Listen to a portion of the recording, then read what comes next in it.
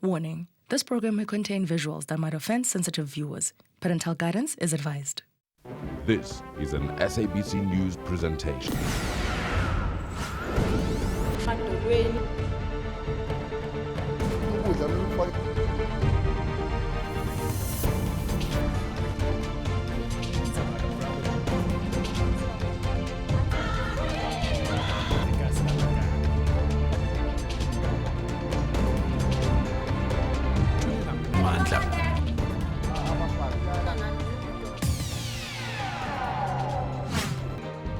Abandoned buildings, hijacked homes, then a city in crisis. As a contentious clause in the newly signed land expropriation bill takes hold in the city of Johannesburg, residents are gripped with anger and anxiety over an uncertain future. And looking at their lived experience, could all this have been avoided? We investigate.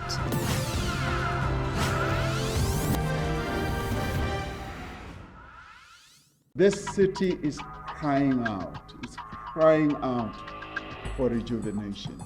Singene emanyaleni la. Cela ke makasikhuphe thina abantu badala.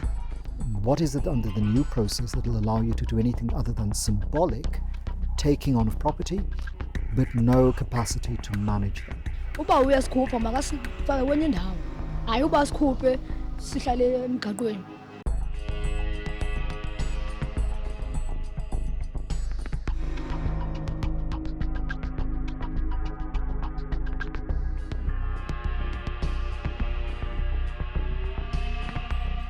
Recently, the president announced the controversial land expropriation without compensation bill. This bill also encompasses the expropriation of abandoned and hijacked buildings for the purpose of human resettlement. Those abandoned buildings where the owners have either run away should be subjected to the law we've just passed, expropriation, even without compensation. They should be turned into living accommodation. The city of Johannesburg is notorious for such properties and has spawned a web of associated crimes.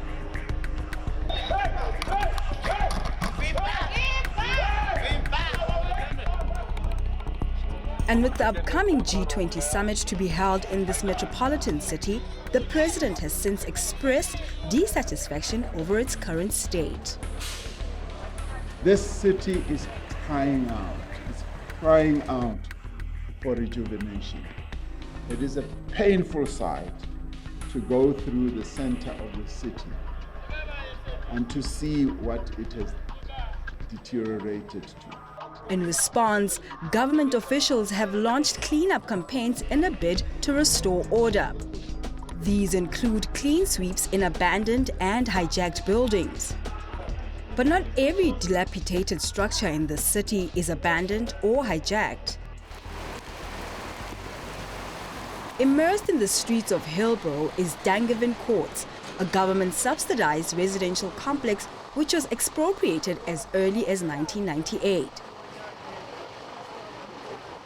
It's basically what the president says must be done with problematic properties here. Ngene ngo-1999 la ugovernment wathi ufunela iflat abantu abangasebenziyo nabahola kancane nabantu abayidayisela estradini ukungena kwethu la. Mostly the elderly live here and they all hold title deeds to their homes. Kunobaba kwakuthiwa uba umlothu wasinika ama-title deeds sasi-aplya si-approve sithole incwadi esishoyo ukuthi u-approviwe. But despite its status, it bears a striking resemblance to abandoned and hijacked buildings that surround it. Electricity cords damaged and useless. This place has been plunged into darkness for the last 2 years, and these residents allege that they had been paying their electricity bills. Ukubhadala kona sasibhadala. Kuchinja no-funda boss bakhe beza bangena bazenzela bangasimali ofunda boss.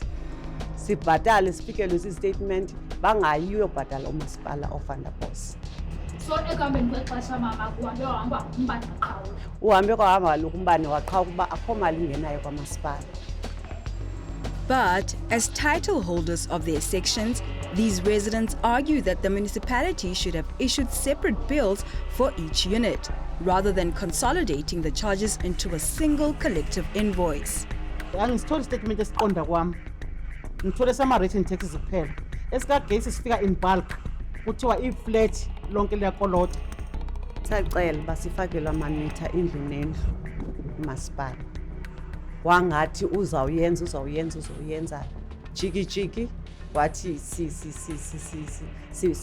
sithunyelelwa i-statement nge-bulk. They also don't have running water, and in order for one to relieve themselves, they have to go to the nearest shop or garage or else use their buckets. Bangabheka lezi zindlu zonke lezi abekho ompompi. Ompompi baqhawuliwe. Izindlu eziningi azinampompi. Nangale de kubuya amanzi ukuthi kwakwenzakala nasazi. Kokuxhaphaza i-Hillbrow yonke. Thema sisiya pha kwathiwa nagcina ngo-2012 ubhatala i-2000. Sathi kanjani besibhatala? Ngenalamanzi yazama ukuyivala. Yayinomngxunya zama ukuyivala. The roofs in their homes are starting to give in. And as a desperate attempt to at least stay dry, they have resorted to these measures. Asikhuselekanga tu kule building. Asikhuselekanga tu. Njoba kungenamanzi nje, kungenambane nje, isikokothele busike ezindlini. These rooms once housed security personnel that used to guard here. Now vacant, these elderly residents say they have been left exposed and vulnerable to crime. I-building lena babalekela kuyo izigebengu. Sesifile izigebengu. Ngo-5 sivale izindlu. Asiphumi ngoba siyesaba ukuthi sizobanjwa inkunzi, sizobethwa, sothathelwa namafoni. They say as first people to be housed in a government expropriated building, more could have been done to make the initiative successful. Kule ngxaki yethu apha ebuildingini mina ngicela usuku andifake kwenye indawo asifake ezindlini not ama-flat. Angalifaka ulutsha ema-flatini angasifaki thina abantu abadala. Okokuqala sinawo ne-lift. Sesibadala sihamba ngeenyawo. Asikwazi ukukhupha ama-steps manje. Kukhona abantu abagulayo lana abafuna ukuya emakliniki. Kufanele umuntu yomnceda ukuthi umqukulu uyombeka phansi ukuze ahambe aye ekliniki ngoba engakwazi ukuzihambela kulama-steps lawa alana. Ngiyavumelana nosishilo ukuthi sicela izindlu la kungekho khona ama-steps sizozingenela khona thina. Mam Nokwanda is amongst the said people. She is visually impaired and stays on the upper floors of these flats. She requires assistance on a daily. Kunzima. Kha ngibambelela izinto ezinsimbi. Mangabe izinsimbi zingekho angeke ngikwazi. Bekendaba bethu. She stays alone here. Singene emanyaleni lana. Cela ke ngiphinda ukuthi makasikhuphe thina abantu badala. Ugovernment usenzele phansi kakhulu. Nabantu ababekayo ukuthi basebenzele i-community basenzela phansi kubana isimo sethu bayasazi. Abanidi noba bade babize i-meeting umuntu uyasazi isimo se-building. Each and every building uyazi ukuba iphilwa njani.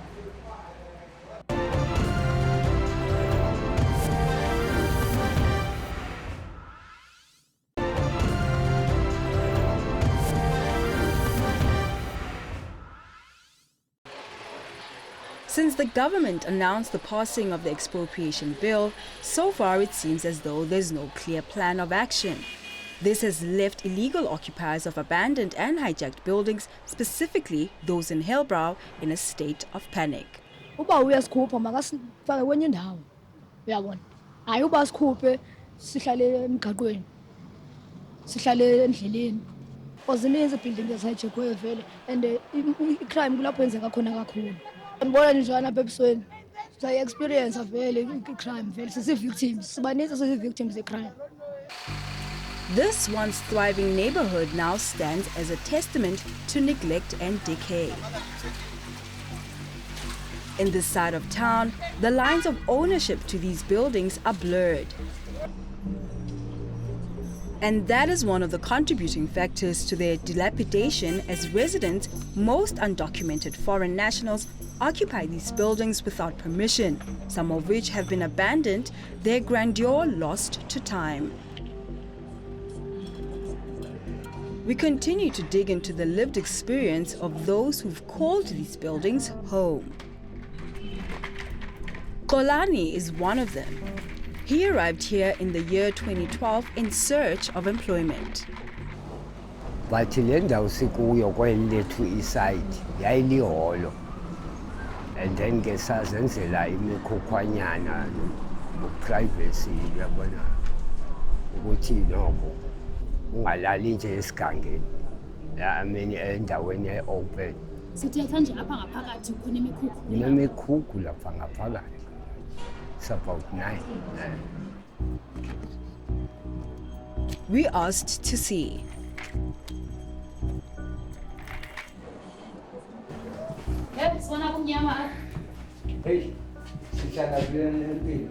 Believe it or not, shrouded in this darkness are the shacks he speaks of.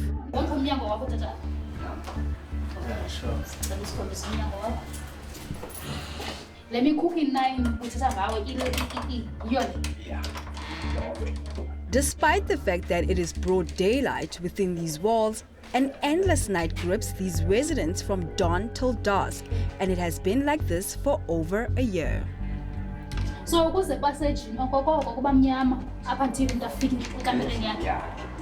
Emva kwezinto ezenzekayo apha kule flat zokugebenga nabantu uyabona into ezinjalo, wafika ke umasipala wathatha i-transformer yakhe kwabe kanti sisala emnyameni ke ngolo hlobo. Sisebenzisa irhasi ukupheka apha esendlini sethu. Phofu yonke ibhilidi le yonke ayinambane, akho mnambane, wacisha nje konke. This also because the building owes over millions of rands in electricity. Ubalwa ukusukela since yashiywa ngabanikazi lebhilidi. Ngoku ke abantu abayikhoni loo mali. We proceeded to the rest of this property. Their problems only seem to be mounting as there is not a single room here with running water. This whole building relies on a single tap. It's actually a remnant of the fire hose reel that was once installed here.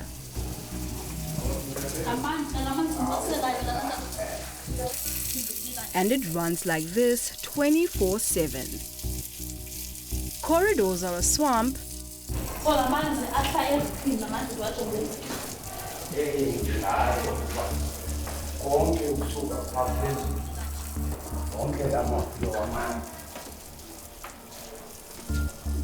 While most rooms are merely a shadow of their former glory. Umlilo owaqhubeka kule flat owokuqala yaba kukukhiyelwa kwabantwana endlini umama khona. Engazi noba waye emsebenzini noba kwakwenzekeni. Caba kabantwana badlala ngerhasi ke kwaze kwasha. Bakhiyele ngaphakathi basha banqunqa abantwana. Forever caged in their rooms, behind these doors are the rest of the tenants. This is how they live.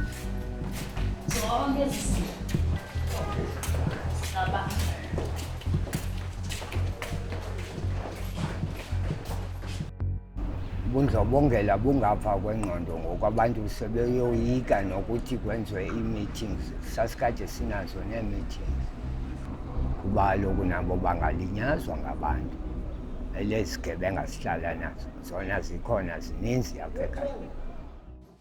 And at the end of these tunnels is something that one would not expect to find in a building like this. Hello. This is an orphanage that operates within these walls. So those who do not have parents or guardians, do they stay in this building? Yes, they stay in this building. Juma, founder of this facility, arrived in this building in the year 2008. When you live in such in the community, you cannot separate yourself from the challenges which are there to that community. As someone who's looking after these children and looking at the safety concerns, what are your concerns? Our concern is really to live in such environment with kids, with people, elderly people, poor people living in here.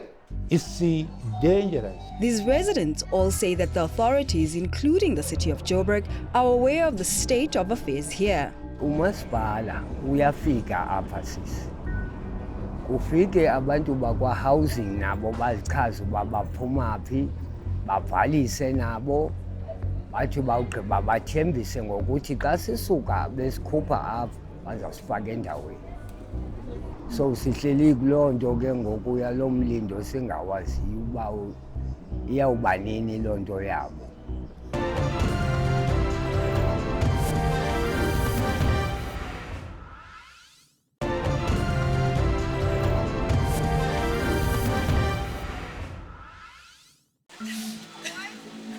Could the Johannesburg CBD housing crisis have been avoided?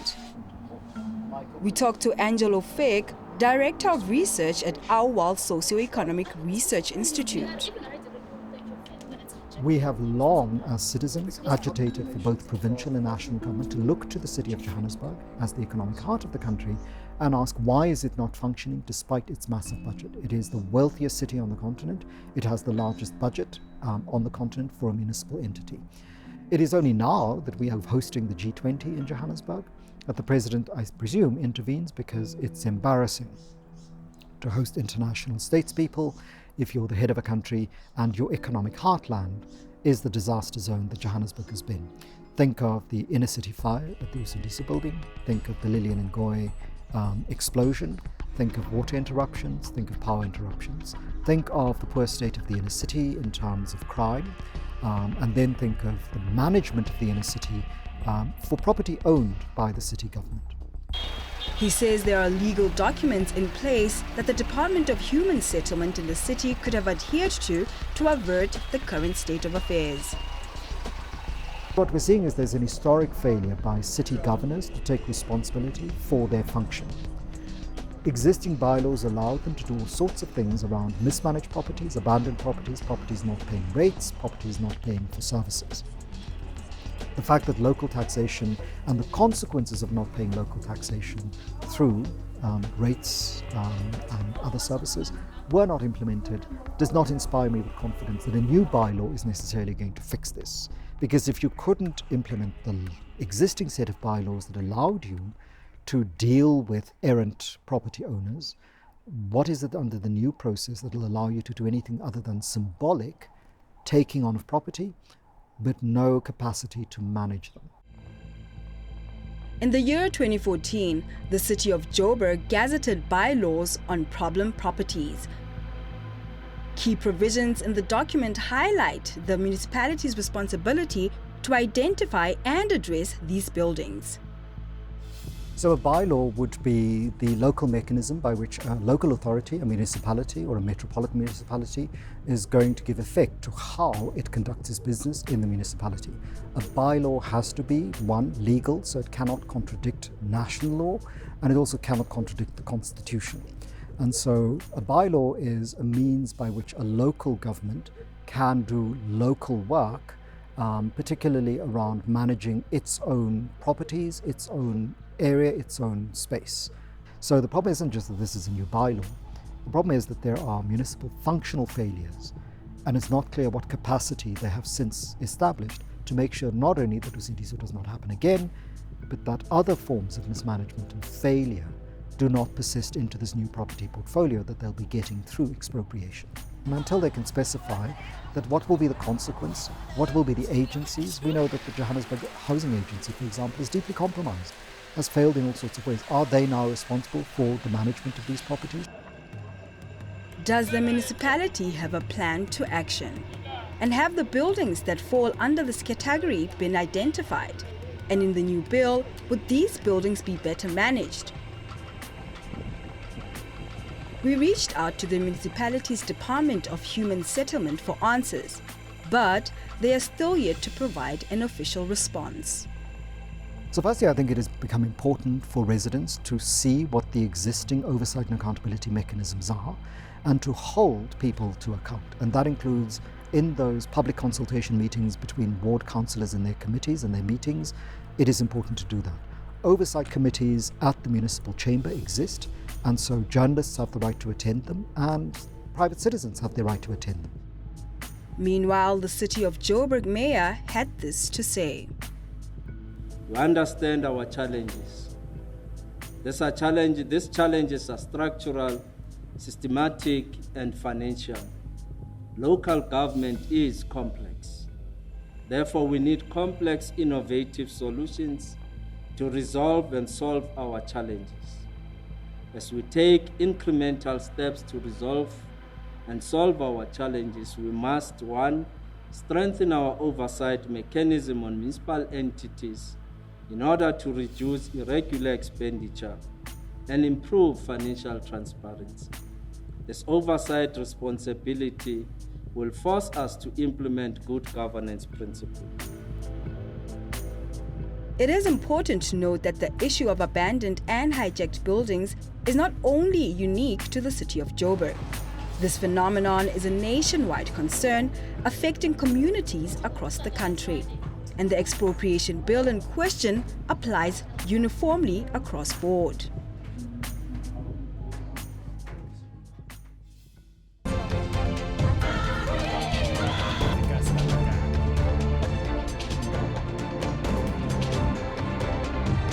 Mandla